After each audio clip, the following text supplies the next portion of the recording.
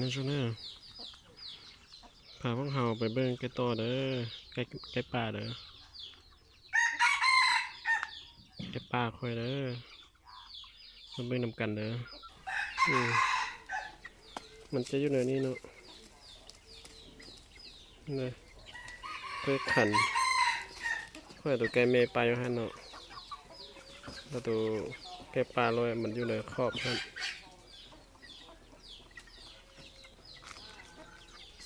ที่แสกแดงมันบ่ค่อยเห็นดี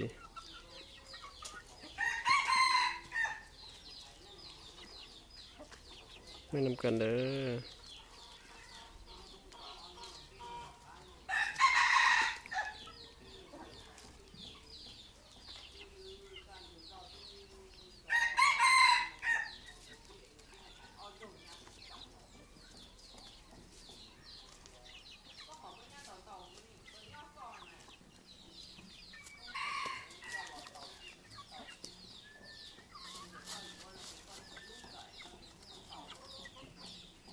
พากันเบิ่งนำกันเด้อ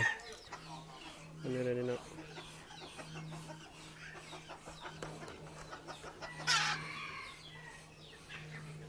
เห็นบ่เนาะ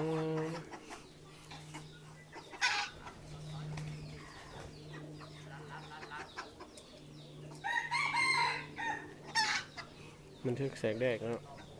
มันจะบ่ค่อยเห็นดี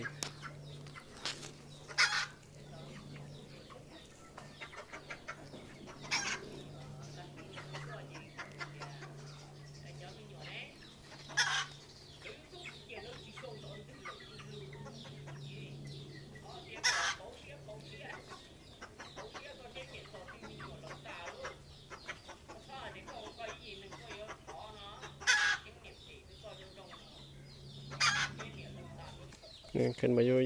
หั่นเนาะ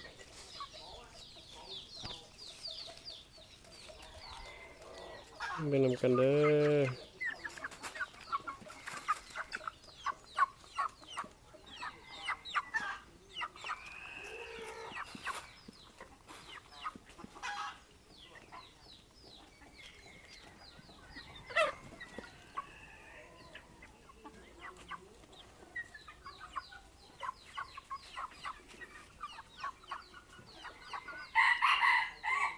อืมเด้อเสียงไก่ป่าเด้อนี่นะนี่หั่นเด้เห็นบ่อยู่ในครอบหั่นเนาะ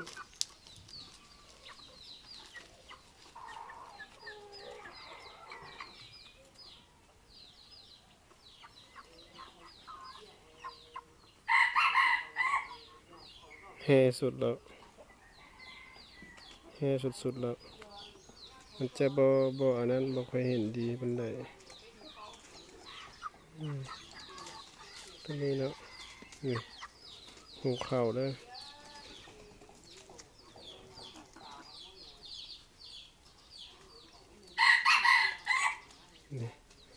นี่เป็นไก่ป่าค่อยเด้อหูเข่าเด้อนี่มันลงไปไหน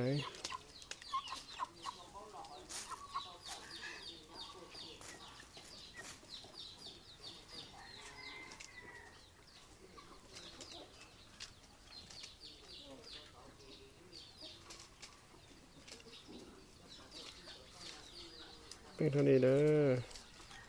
ประมาณนี้เนาะมันจะอยู่ไหนฮะในหูเข่าเนาะเห็นบ่